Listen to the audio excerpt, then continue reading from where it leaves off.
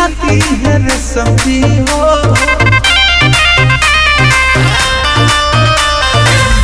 पंडित जी के कोरा में आना सिखाती है रेसिपी हो। पंडित जी की पीला कोको कोला के पत्ती हो।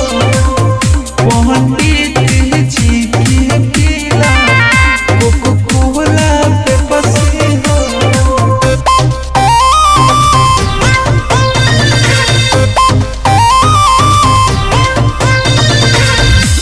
म्यूजिक बाय आर्या आकाश।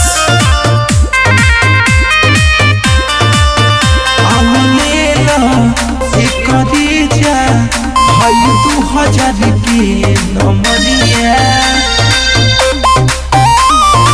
चढ़ जवानी लुटा दहो हमर ऊपर प्याज बरसा दहो। आहा सीखा दी करे जा प्याज वाला रे सखी। पंडित जी के पीला कोको कोला के पत्ती हो। पंडित जी के पीला कोको कोला के पत्ती हो।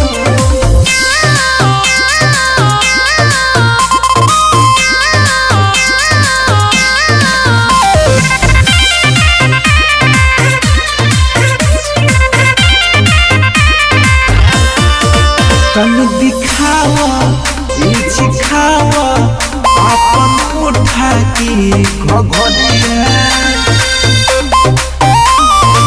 भइल बाडू हाईलाइट हो दुनु जुबन बाटी टाइट हो।